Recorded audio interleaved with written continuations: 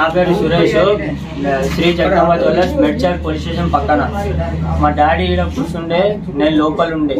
అప్పటికి వాళ్ళ దొంగలు ఇద్దరు వచ్చి చాకు తీసుకొని వచ్చారు. ఒకడు బుర్కాలు ఉన్నాడు, ఒకడు హెల్మెట్ వేసుకొని ఉండే.